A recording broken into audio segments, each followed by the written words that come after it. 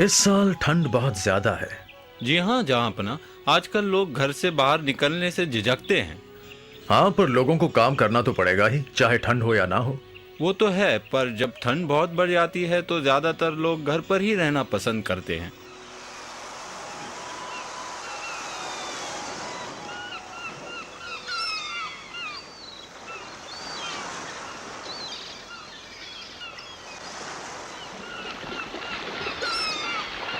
ओह, ये पानी तो जैसे बर्फ बन गया हो। आप ठीक कह रहे हैं लाला जी, इतनी ठंड में कौन बाहर निकलेगा। माफी चाहता हूँ हुजूर, मुझे ऐसा नहीं लगता।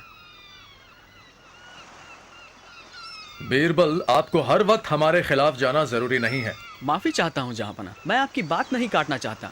मैं तो सिर्फ आपको बताना चाहता था कि ऐसे भी लोग हैं जिन्हें मुश्किलों में भी कड़ी मेहनत करनी पड़ती है। आप कहना चाहते हैं कि ऐसे भी लोग हैं जो पैसों के लिए कुछ भी कर सकते हैं। जी हाँ हुजूर, मैं यही कहना चाह रहा था। मैं आपकी बात से सहमत नहीं हूँ। कोई भी इंसान पैसा कमाने के लिए एक हद से पार नहीं जा सकता। आप सही फरमा रहे हैं हुजूर, मैं भी ऐसा ही समझता हूँ। जहाँपना, आपके राज्य में ऐसे भी लोग हैं जो हालात की वजह से थोड़ा सा पैसा कमाने के लिए मुश्किल से मुश्किल काम करने के लिए भी तैयार हो जाते हैं। क्यों न तुम अपनी इस बात को साबित कर दिखाओ।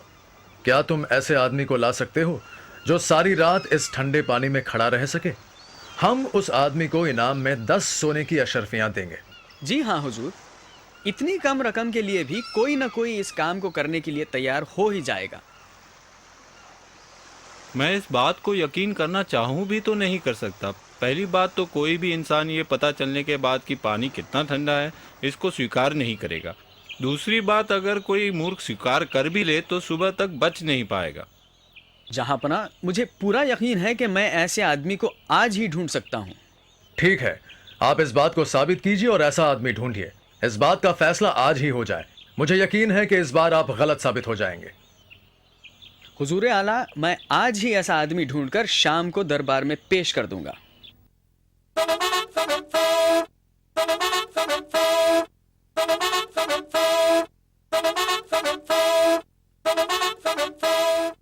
जहाँपना, अपनी चुनौती स्वीकार करने वाला मुझे मिल गया है। इजाजत हो तो उसे बुलाया जाए। उसे बुलाएं। बीरबल, हम जरूर मिलना चाहेंगे उससे।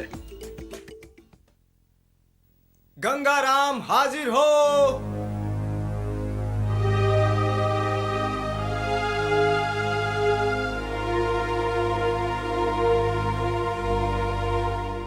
आदाब जहाँपना। क्या बीरबल ने समझा दिया है कि तुम्हें क्या करना है? जी हाँ हुजूर, मुझे सारी रात आपके बगीचे वाले तालाब में खड़े रहना होगा। क्या तुम्हें डर नहीं लगता कि तुम तालाब में खड़े रहकर अपनी जान गंवा सकते हो? या तुम्हें वहां की ठंड का अंदाजा नहीं? जापाना, मैं जानता हूँ कि तालाब का पानी कितना ठंडा होगा। हमें लगता है कि 10 अशर्फियों के बदले ये करना बहुत बड़ी मूर्खता है। बीरबल, इस पर नजर रखने के लिए 2 सैनिक तैनात रहेंगे। यह आदमी आज रात हमारा मेहमान है, इसकी अच्छी तरह खातिर की जाए। क्या पता आज की रात इसकी आखिरी रात हो। तो हम आप दोनों से सुबह मिलेंगे।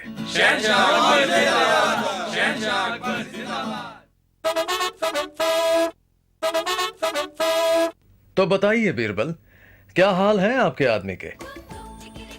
वो बाहर ही रुका है, क्यों ना उसी से पूछ ले। गंगाराम हाजिर हो।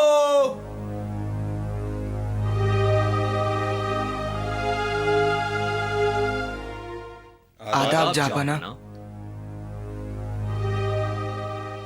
तो कहो, कैसी रही रात? हुजूर, आसानी से तो नहीं, पर ऊपर वाले की दया से किसी तरह कट गई। तुम कहना चाहते हो कि तुमने सारी रात तालाब में गुजारी? मुझे यकीन नहीं आता। ये सच है जापाना, ये सिपाही मेरे गवाह हैं। सच बताओ, क्या इस आदमी ने सारी रात तालाब में गुजारी?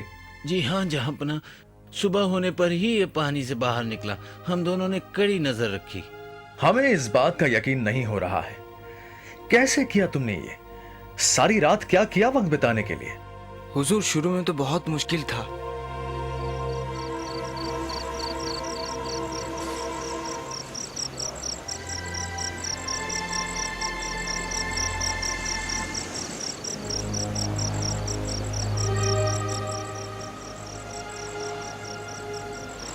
ठंड के मारे मैं अकड़ गया था। फिर तालाब के किनारे एक दीव को देखने लगा और सारी रात उसे देखते और भगवान का नाम लेकर गुजार दी। हाँ हाँ, अच्छा, तो ये राज है।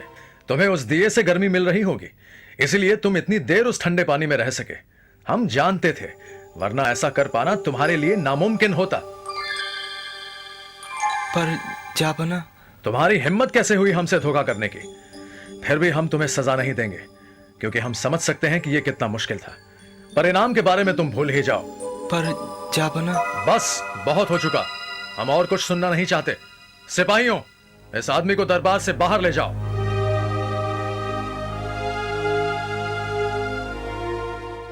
बीरबल, इस बार आपको अपनी हार माननी ही पड़ेगी। आप गलत साबित हुए। आपके खिलाफ जाने के लिए मैं माफी चाहता हूं। कोई बात नहीं बीरबल, सभी कभी ना कभी गलती करते हैं। आगे बढ़ते हैं। हमारे ख्याल से आज हम ईरान के शाह के लिए तोहफे का फैसला करने वाले थे। क्या आपके पास कोई सुझाव है? माफी चाहता हूं हुजूर, पर कुछ घरेलू परेशानी की वजह से मैं अभी घर जाने की इजाजत चाहता हूं। मैं दोपहर तक वापस आ जाऊंगा। जरूर बीरबल, आप जा सकते हैं, पर जल्द ही लौट आइएगा।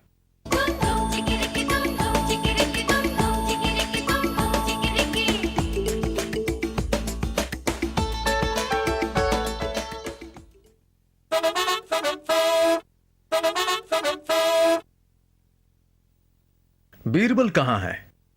क्या वो लौटे नहीं? नहीं हुजूर, अभी तक नहीं लौटे। क्या उन्हें बुलाने के लिए किसी को भेजा जाए?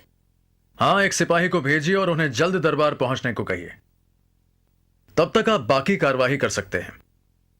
जहांपना, इस साल देश भर से आए लगान की रकम कुछ इस तरह थी। आदाब जहांपना। बीरबल ने कहा है कि वो खाना खा रहे हैं और खाना खाकर दरबार में हाजिर हो जाएंगे। आज बीरबल को हो क्या गया है? इतनी देर से तो वो कभी खाना नहीं खाते। हमारे ख्याल से अब तक उनका खाना हो गया होगा। तुम एक और घोड़ा लेकर उनके घर जाओ और उनसे कहो कि जितनी जल्दी हो सके दरबार पहुंचे। तुम अकेले क्यों आए? बीरबल कहां है? क्या हमने तुमसे कहा नहीं था कि उन्हें साथ लेकर आना? हुजूर, मैं उनके घर गया था आपका संदेशा लेकर, पर बीरबल भोजन तैयार कर रहे थे और उन्होंने आपको कहने के लिए कहा है कि वो जैसे ही हो जाएगा वे दरबार में हाजिर हो जाएंगे। हमारे ख्याल से हमें खुद जाकर देखना पड़ेगा कि बीरबल क्या कर रहे हैं। हम इसी वक्त उनके घर जाएंगे।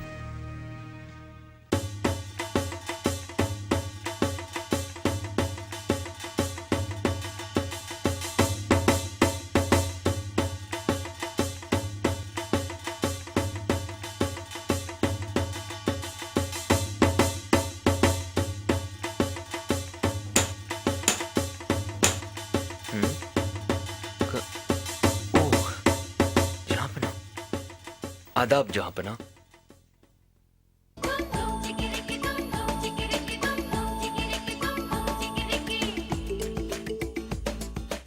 जहांपना, अगर मेरी वजह से आपको किसी भी तरह की तकलीफ हुई हो तो माफी चाहता हूं। क्या हो रहा है बीरबल? सिपाही ने कहा कि आप खाना खा रहे हैं, और ये सब माजरा क्या है?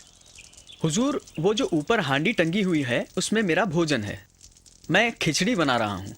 अफसोस अब तक बनी नहीं है। बीरबल, आप ठीक तो हैं? आग से इतनी ऊंचाई पर हांडी टांगने से खिचड़ी कैसे पकेगी? हुजूर, मुझे नहीं लगता मैं कुछ गलत कर रहा हूं। क्यों नहीं पकेगी? हांडी सीधे आग के ऊपर टंगी है। बीरबल, आपका दिमाग तो खराब नहीं हो गया? खाने को जब तक गर्मी ना मिले वो पकेगा कैसे? और अगर आप हांडी को आग से इतना ऊपर रखेंगे तो गर्मी कैसे पहुंचेगी? जहांपना, मैंने सोचा कि अगर गंगाराम को दूर लगे एक दिए से गर्मी मिल सकती है तो आग से थोड़ा ऊपर टांगने पर खिचड़ी क्यों नहीं पक सकती? अच्छा, हम आपकी बात समझ गए। ठीक है, आप जीते। अपने आदमी के साथ आप जल्दी दरबार में हाजिर हों, उसे उसका इनाम मिल जाएगा।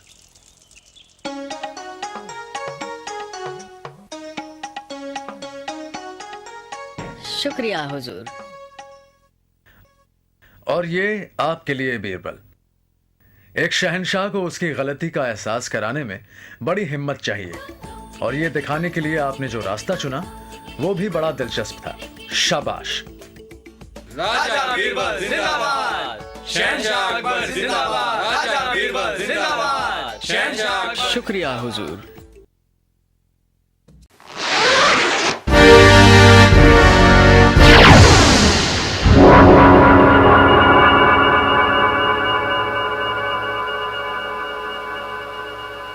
आगरा शहर में दो महाजन हुआ करते थे। उनमें से एक का नाम नेकीराम था। वह एक सीधा साधा शरीफ आदमी था जो कभी अपने ग्राहकों से बेईमानी नहीं करता था, न उनसे ज्यादा ब्याज लेता था और कभी किसी की मदद करने से पीछे नहीं हटता था। दूसरे का नाम बदीराम था। वह एक लालची आदमी था जो हर समय अपने ग्राहकों से बेईमानी करने की ही सोचता था, साथ ही ब्याज भी बहुत ज्यादा मांगता था। बदीराम के ज्यादातर ग्राहक अपनी सारी जिंदगी उसका छोटा सा उधार चुकाने में बिता देते थे। एक दिन, नमस्ते मित्र। कमल, तुम्हें देखकर बड़ी खुशी हुई। आओ बैठो। मित्र, मुझे पैसों की बड़ी सख्त जरूरत है। मुझे अपने व्यापार में लगाने के लिए 500 सोने की अशर्फियां उधार में चाहिए। ये पैसे मैं तुम्हें 6 महीने में लौटा दूंगा।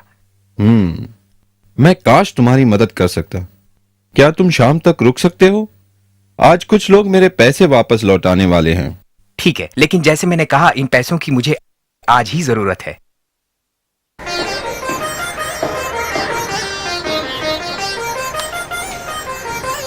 मित्र, क्या 300 सोने की अशर्फियों से तुम्हारा काम बन जाएगा?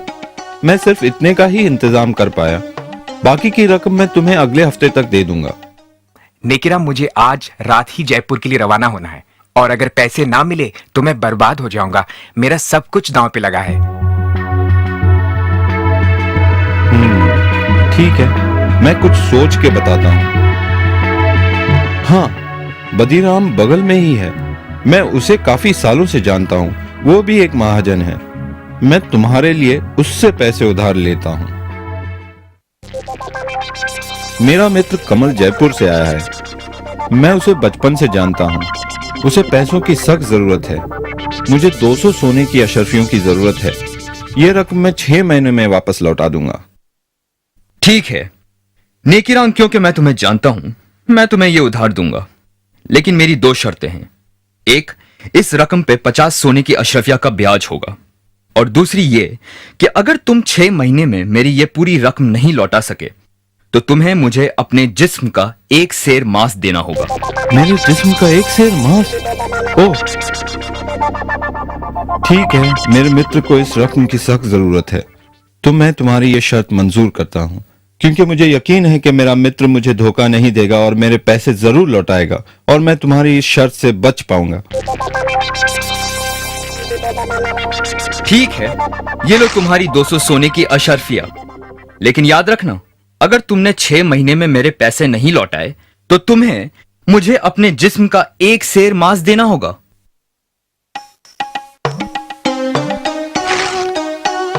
कमल, अब मेरी जिंदगी तुम्हारे हाथों में है मित्र। कैसे भी करके यह रकम 6 महीने में लौटा देना।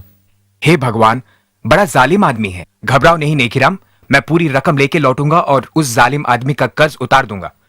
तुम एक सच्चे मित्र हो, बहुत बहुत धन्यवाद। लेकिन मैं तुम्हारा ये एहसान कभी नहीं भूलूंगा। अब मैं चलता हूं मित्र।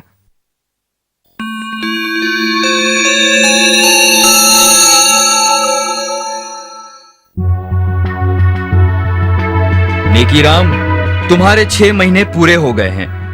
कहां हैं मेरे पैसे? बदीराम मित्र, मैं खुद कमल का इंतजार कर रहा हूँ। वो अभी तक लौटा नहीं, लेकिन मुझे यकीन है कि वो मुझे निराश नहीं करेगा और शाम से पहले जरूर लौटेगा। मैं तुम्हारे पैसे तुम्हें सूरज ढलने से पहले लौटा दूंगा। खैर, तुम्हारे पास शाम तक का समय है। अगर तब तक मुझे मेरे पैसे नहीं मिले तो तुम्हें याद है ना, तुम्हें मुझे अपने जिस्म का 1 सेर मांस देना होगा। बदीराम, तुम्हें तुम्हारे पैसे मिल जाएंगे। मेरा मित्र मुझे निराश नहीं करेगा।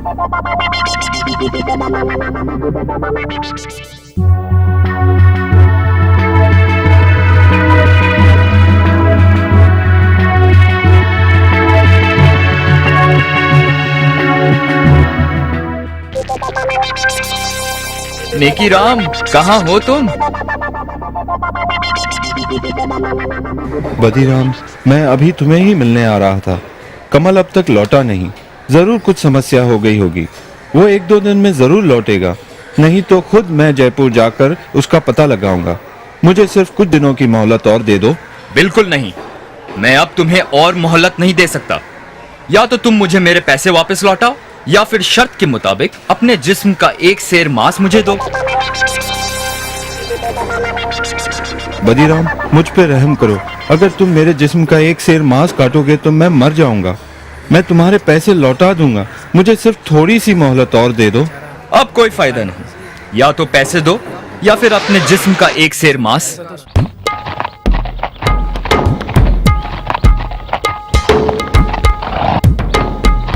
ये क्या हो रहा है यहाँ? क्या समस्या है? मुझे इजाजत दीजिए हुजूर। इस आदमी ने मुझसे उधार लिया है और अब ना तो ये उधार लौटा रहा है और ना ही शर्त के मुताबिक पैसे ना लौटाने पर अपने जिस्म का एक सेर मांस मुझे दे रहा है। क्या ये सच बोल रहा है? जी हुजूर, ये सच है। मैंने उधार लिया था, लेकिन मेरा मित्र जयपुर से अब तक लौटा नहीं, पर मुझे यकीन है वो जरूर आएगा और जल्द ही। मुझे बस थोड़ी मोहलत और चाहिए। तुम इसे थोड़ी सी मोहलत और क्यों नहीं देते? इसे भी अपने ब्याज में जोड़ लेना। नहीं हुजूर, मैं और नहीं रुक सकता। या तो वो मुझे मेरे पैसे लौटाए या फिर मुझे अपने जिस्म का एक सेर मांस दे। नहीं नहीं, ये आदमी तो जालिम है। नेकी राम एक भला आदमी है और उसे थोड़ा समय तो और मिलना चाहिए। खामोश! तुम दोनों मेरे साथ इसी वक्त दरबार चलो। कल सुबह शहंशाह अकबर खुद इसका फैसला करेंगे।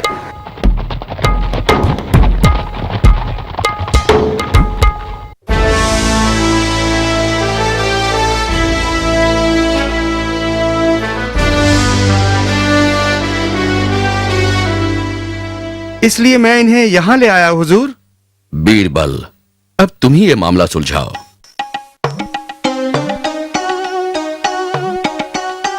हुजूर, मेरा नाम कमल है, नेकीराम का मित्र, जिसकी वजह से ये समस्या खड़ी हुई है। मुझे शहर से लौटते हुए जरा देर हो गई, लेकिन मैं बदीराम के पूरे पैसे लाया हूँ। बदीराम, तुम्हें तुम्हारे पैसे वापस मिल गए तो मेरे ख्याल से ये मसला अभी सुलझ गया है। नहीं हुजूर, अब मुझे पैसे नहीं चाहिए और शर्त के मुताबिक वक्त पे पैसे ना लौटाने पर मुझे अब उसके जिस्म के मांस का एक सेर हिस्सा चाहिए। तुम इतने ढीठ क्यों बन रहे हो? पैसे लौटाने में सिर्फ एक दिन की ही तो देरी हुई है। हुजूर, ये बात है वादा करके उसे निभाने की, लेकिन क्योंकि मैं आपके सामने खड़ा हूँ, इसलिए अगर ये अपना व्यापार बंद करके ये शहर छोड़ दे तो मैं उसका एक सेर मांस नहीं लूंगा। हुजूर, ये शहर मेरा घर है। मैं ये शहर छोड़कर कहाँ जाऊंगा? ये मुझसे कैसे होगा? मित्र, क्योंकि ये सब मेरी वजह से हुआ है, तुम मेरे साथ जयपुर चलो और मेरे घर में रहना। ठहरो, मुझे समझ में नहीं आता कि तुम इतने ढीठ क्यों हो। अपने पैसे लो और ये मसला अभी और इसी वक्त खत्म करो। हुजूर, आप शहंशाह हैं, आपका हुक्म तो मानना ही होगा, लेकिन इसका मतलब ये होगा कि व्यापार में दिए किसी भी वादे की कोई कीमत नहीं है। लेकिन अगर फिर भी आप यही चाहते हैं तो। हुजूर, तुम नेकीराम के जिस्म का एक सेर मांस काट सकते हो, अगर यही तुम्हारी जिद है तो। सिपाही, इन्हें अपनी तलवार दो।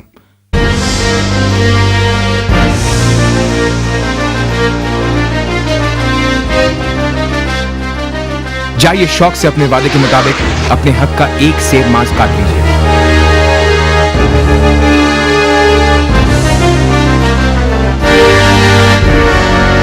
रुको, याद रखना, वादे के मुताबिक तुमने सिर्फ एक सेर मांस की ही मांग की है, लेकिन अगर तुम एक बूंद भी खून बहाओगे तो तुम्हें उसके बदले में हमें अपना खून देना होगा। खून? पर लेकिन ये कैसे हो सकता है?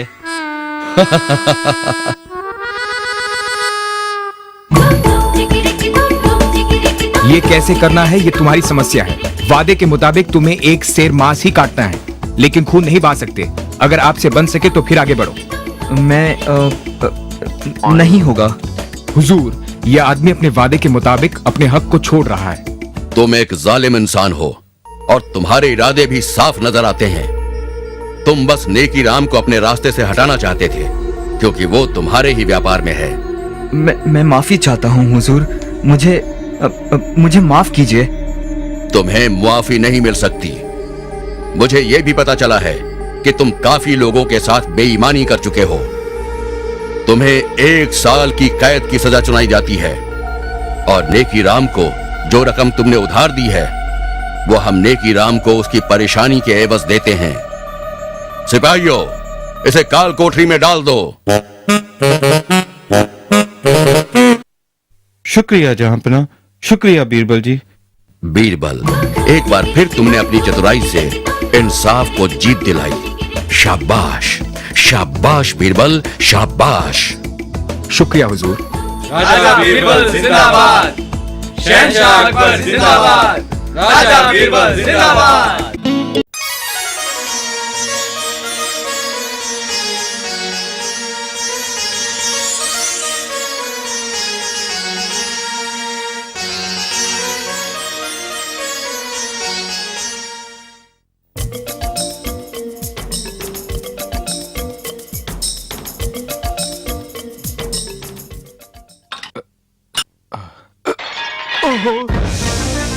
हे भगवान, ये तो जहांपना का पसंदीदा फूलदान था। वो मुझे जरूर सजा देंगे। अब मैं क्या करूं?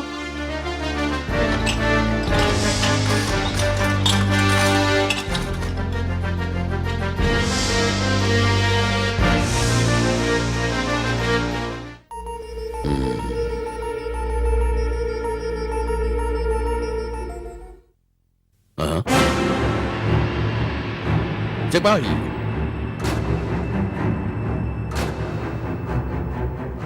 जी जहांपना। हमारा फूलदान कहाँ गया? कहीं वो फिर से तो नहीं खो गया? जब मैंने नौकर को सफाई करने के लिए अंदर आने दिया तब तो यही था। मैं अभी उससे पूछता हूँ। हाँ, उसे फौरन यहाँ बुलाओ।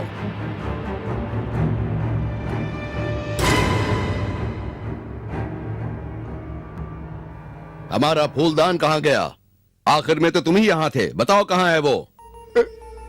हुजूर, मैं उसे साफ करने ले गया था। सफाई? उसके लिए उसे यहाँ से ले जाने की क्या जरूरत थी? जाओ, उसे फौरन वापस लाओ। हुजूर, मुझे माफ कर दीजिए हुजूर, पर दरअसल सफाई करते वक्त गलती से गिरकर टूट गया वो। टूट गया? मगर अभी तो तुमने कहा कि तुम उसे साफ करने ले गए हो। गलती से गिराने के लिए हम तुम्हें माफ कर देते हैं, मगर हम तुम्हें झूठ बोलने की सजा देंगे। हमें झूठ से सख्त नफरत है। दफा हो जाओ हमारी सल्तनत से। सिपाहियों, ले जाओ इसे यहाँ से। हुजूर, हुजूर माफ कर दीजिए हुजूर। हुजूर, मुझसे गलती हो गई हुजूर। मैं डर गया था हुजूर। हुजूर, मुझे माफ कर दीजिए हुजूर। हुजूर, माफ कर दीजिए हुजूर। इस तरह हमने उसे देश निकाला की सजा दी। किसी भी झूठे को कतई हम बर्दाश्त नहीं कर सकते। हमेशा सच बोलना चाहिए। आपने बहुत अच्छा किया हुजूर। कभी भी झूठ नहीं बोलना चाहिए। सच्चाई सबसे बेहतर है। हाँ, यकीनन। क्या आप में से कभी किसी ने झूठ बोला है? नहीं जहांपना, झूठ कभी नहीं, हो ही नहीं सकता जहांपना। कभी भी नहीं, कभी नहीं, बिल्कुल कभी भी नहीं। मुझे तो झूठ बोलना से आता ही नफरत नहीं। है। मुझे तो झूठ बोलना भी नहीं आता हुजूर। बीरबल, तुम क्या कहते हो? तुमने कभी झूठ बोला है? मैंने कभी ना कभी तो झूठ बोला है जहांपना।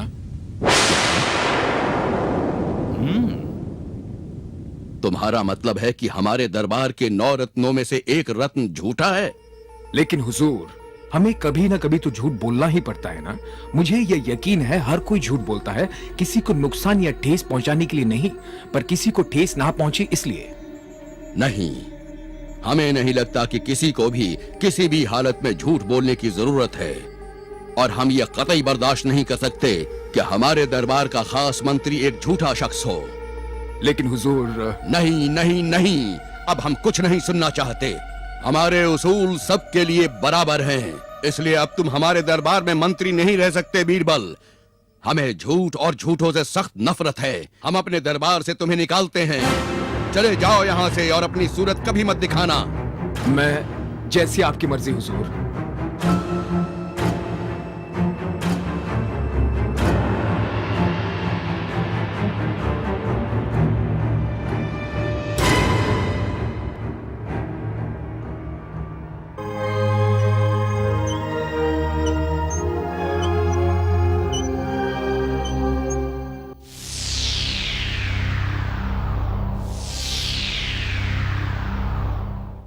सेवक राम।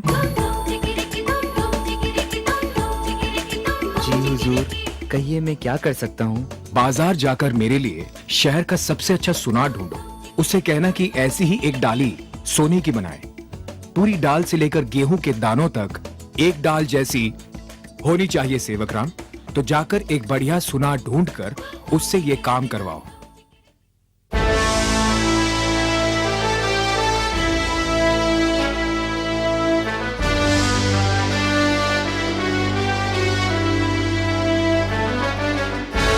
बीरबल, हमने तुम्हें अपने दरबार से निकाल कर कहा था कि कभी अपनी सूरत मत दिखाना। तुमने हमारे हुक्म की तामील क्यों नहीं की? हुजूर, मुझे माफ करे, मैं आपके हुक्म की नाफरमानी नहीं करना चाहता था। तो यहाँ क्यों आए हो? हुजूर, आपने मुझे दरबार में आने से मना किया हो, फिर भी मैं इस राज्य का वफादार नागरिक हूँ। मुझे एक ऐसी चीज मिली है जो इस सल्तनत को दुनिया में सबसे अमीर बना देगी, इसलिए सोचा आपको आकर दिखा दूं। सचमुच? ऐसी क्या चीज है जो हमारी सल्तनत को दुनिया में सबसे अमीर बना देगी? दिखाओ हमें। हाँ?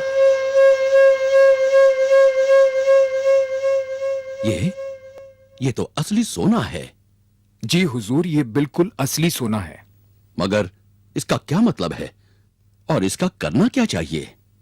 हुजूर, ये सोने की डाली मुझे एक ज्योतिषी ने दी थी जो बरसों की तपस्या के बाद हिमालय पर्वत से लौटे थे। ये उन्हें भगवान से वरदान में मिला था।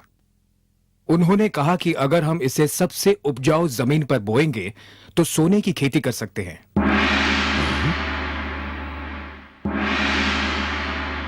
बीरबल, क्या तुम्हें यकीन है? हुजूर, वे ज्योतिषी कोई आम आदमी नहीं थे। मुझे तालाब के पास ये डाली देकर वो तालाब के उस पार पानी पर चलकर पार कर गए। पानी पर चलकर गए? जी हुजूर, मुझे अपनी आंखों पर यकीन नहीं हुआ, लेकिन उन्होंने ऐसा ही किया। जैसे हम जमीन पर चलते हैं वैसे वे पानी पर चलकर तालाब पार कर गए हुजूर। खैर बीरबल, अब वक्त जाया मत करो और जल्दी से सबसे उपजाऊ जमीन ढूंढकर इस बाली को वहां बो दो। हुजूर, मैंने पहले ही ये काम कर दिया है और ऐसी एक जमीन भी ढूंढ ली है। मैं आपको अभी वहां ले जा सकता हूं। ठीक है, तो फिर हम कल ही इस बाली को बोएंगे। कल सवेरे यहाँ आना और हम साथ चलेंगे। दूसरों को भी तुम बता देना कि वो जमीन कहाँ है, ताकि वो भी वहां आकर सोने की इस बाली की बुआई को देख सकें। शहंशाह अकबर जिंदाबाद, शहंशाह अकबर जिंदाबाद।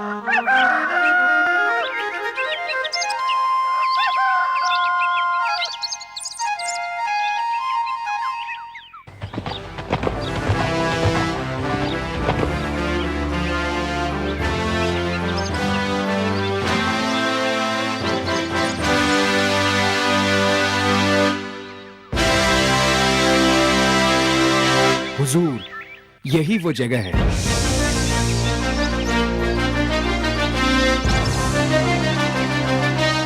ओह, तो फिर देर किस बात की है? जाओ बीरबल और बाली को बो। नहीं हुजूर, मैं ये डाली नहीं बो सकता। नहीं बो सकते? क्या मतलब तुम नहीं बो सकते? हुजूर, सिर्फ वही इसकी बुआई कर सकता है जिसने कभी झूठ नहीं बोला हो। अगर कोई झूठा इसे बोएगा तो ये सोने की डाली नहीं उगेगी। और जैसे मैंने आपसे कहा है, मैंने जीवन में कई बार झूठ बोला है। ठीक है, तो फिर आप में से कोई आगे आकर इस बाली को बोइए।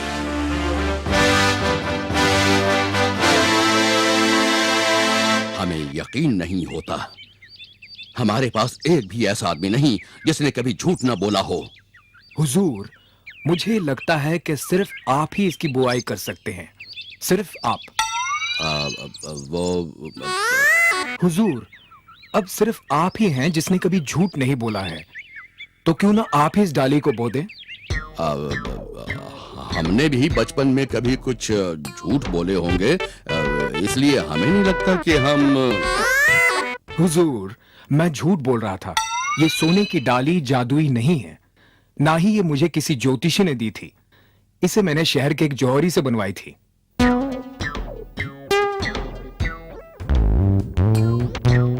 जी हुजूर, आप समझ गए होंगे कि हर किसी को कभी कभी झूठ बोलना पड़ता है। सच्चाई छुपाने या धोखा देने को नहीं, बल्कि इसलिए कि किसी का दिल ना दुखे या शर्मिंदा ना होना पड़े या किसी और अच्छे कारण के लिए। हम समझ गए बीरबल, और सच बोलने पर तुम्हें सजा देने के लिए माफी चाहते हैं, और बिना डरे हमें अपनी गलती का एहसास करवाने के लिए हम तुम्हारे शुक्रगुजार हैं। तुम हमारे एक सच्चे दोस्त हो बीरबल। शुक्रिया, बहुत बहुत शुक्रिया। शुक्रिया हुजूर, इस इज्जत अफजाई का शुक्रिया, शुक्रिया।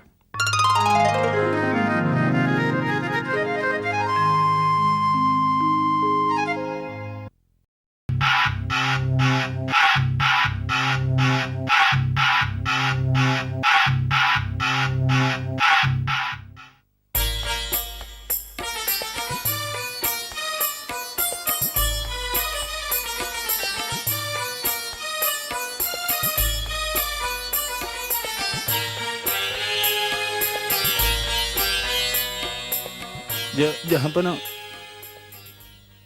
कहो।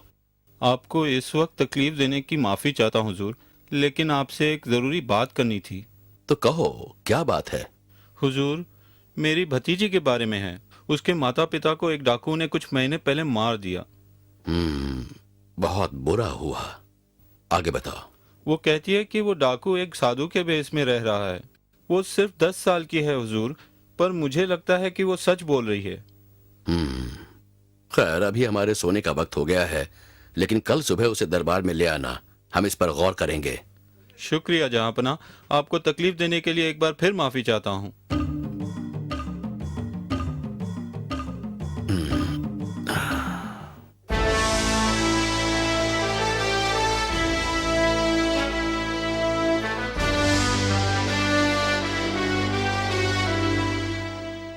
बीरबल, सुखदेव सिंह जी, कल रात हमारे एक भरोसेमंद और वफादार सिपाही ने हमें अपनी एक समस्या बताई। हुजूर, हमें बताएं हम कैसे मदद कर सकते हैं, और समस्या क्या है हुजूर? सुखदेव सिंह जी, हमने आपको अपनी राजधानी और इसके चारों ओर आसपास के इलाकों के सारे डाकुओं को पकड़ने का काम सौंपा था। उस सिपाही ने हमें बताया कि एक डाकू ने कुछ महीने पहले उसके भाई को मार डाला। बताइए, क्या आपने सारे डाकुओं को गिरफ्तार कर लिया है? हुजूर, हम तकरीबन सबको पकड़ने में कामयाब हो गए थे, सिवाय एक डाकू के जिसको हम नहीं पकड़ पाए। उसकी तलाश अब तक जारी है और वो शायद छुपा बैठा है। मुझे यकीन है कि हम उसे जल्द ही पकड़ लेंगे। वैसे भी पिछले 3 महीने में ऐसी कोई वारदात नहीं हुई है। आपका मतलब है कि एक डाकू अब भी आजाद है? लेकिन हुजूर, आप समस्या बताइए, शायद हम मदद कर सकें। उस सिपाही ने हमें बताया कि उसकी भतीजी ने उस डाकू को पहचान लिया है, मगर वो एक अंधे साधु के भेष में रह रहा है। हम एक छोटी सी बच्ची का यकीन भला कैसे करें? और फिर काफी लोग उस साधु की शक्ति में विश्वास करते हैं।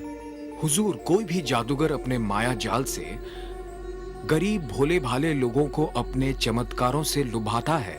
थोड़ी सी जानकारी मिलने पर हम सच्चाई का पता लगा सकते हैं। क्यों ना हम उस सिपाही और उसके भतीजी को मिलकर उनकी कहानी सुने? हाँ, हम भी यही सोच रहे थे। सिपाही, दिलावर सिंह और उसकी भतीजी को दरबार में पेश किया जाए।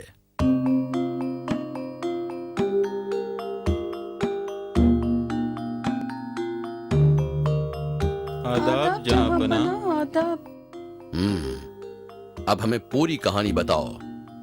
जहाँपना, करीब 3 महीने पहले एक डाकू मेरे भाई के घर में घुस आया। मेरे भाई और उसकी पत्नी को उसने मार डाला। ये छोटी बच्ची उनकी बेटी है और उस हादसे की गवाह भी। उस हादसे के बाद से भारी सदमा लगने के कारण इसने अपने बोलने की शक्ति खो दी। फिर क्या हुआ? कुछ हफ्ते पहले मैंने एक अंधे साधु के बारे में सुना जो जंगल में रहते हैं, जो लोगों को ठीक करने की शक्ति रखते हैं। काफी रोगी उनसे मिलने के बाद ठीक हो जाते और सुकून पाते। मैंने सोचा अगर वो सचमुच एक अंतर्यामी है तो शायद वो मेरी भतीजी के बोलने की शक्ति भी वापस ला सकेंगे। इसलिए मैं उन अंधे साधु से मिलने गया। जैसे ही हम उनके पास पहुंचे, मेरी भतीजी जोर जोर से चिल्लाने लगी, खूनी, कातिल, इसी ने मेरे माता पिता का खून किया है, कातिल, खूनी।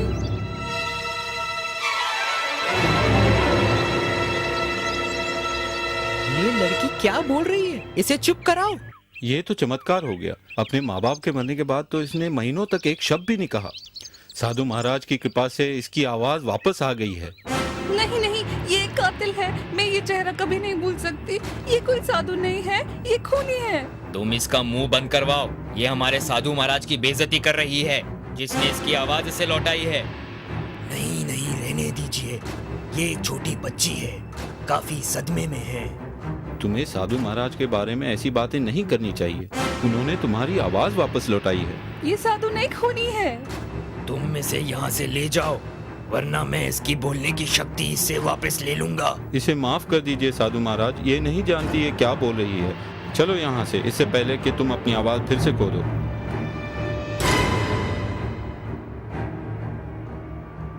जहाँपना, मैं इसे घर ले गया, पर अब ये जिद कर रही है कि वो वही चेहरा था और कि ये सच बोल रही है।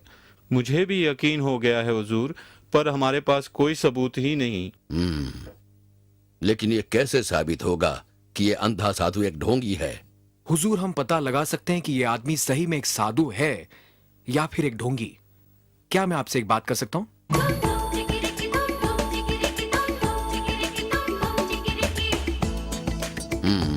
ठीक है, हम कल खुद जाकर उस साधु से मिलेंगे।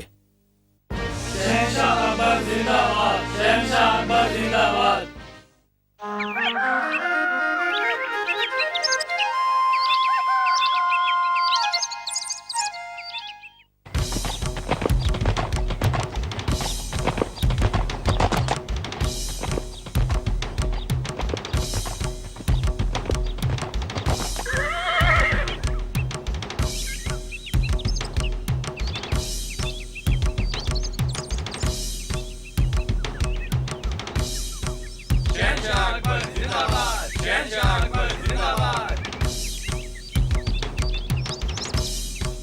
प्रणाम साधु महाराज।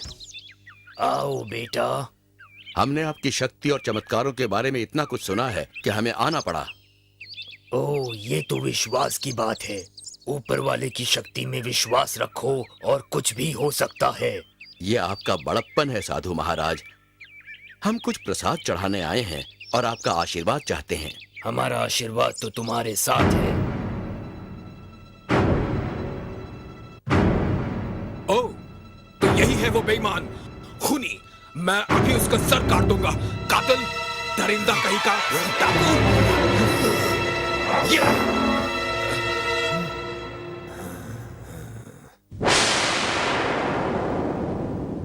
तो तुम अंधे हो? हाँ, सिपाहियों, इस नकली साधु को गिरफ्तार कर लो। तुमने इस मासूम बच्ची को अनाथ कर दिया और लोगों के विश्वास और भावनाओं के साथ खिलवाड़ किया है। इसके लिए हम तुम्हें मौत की सजा सुनाते हैं। ले जाओ इस आदमी को।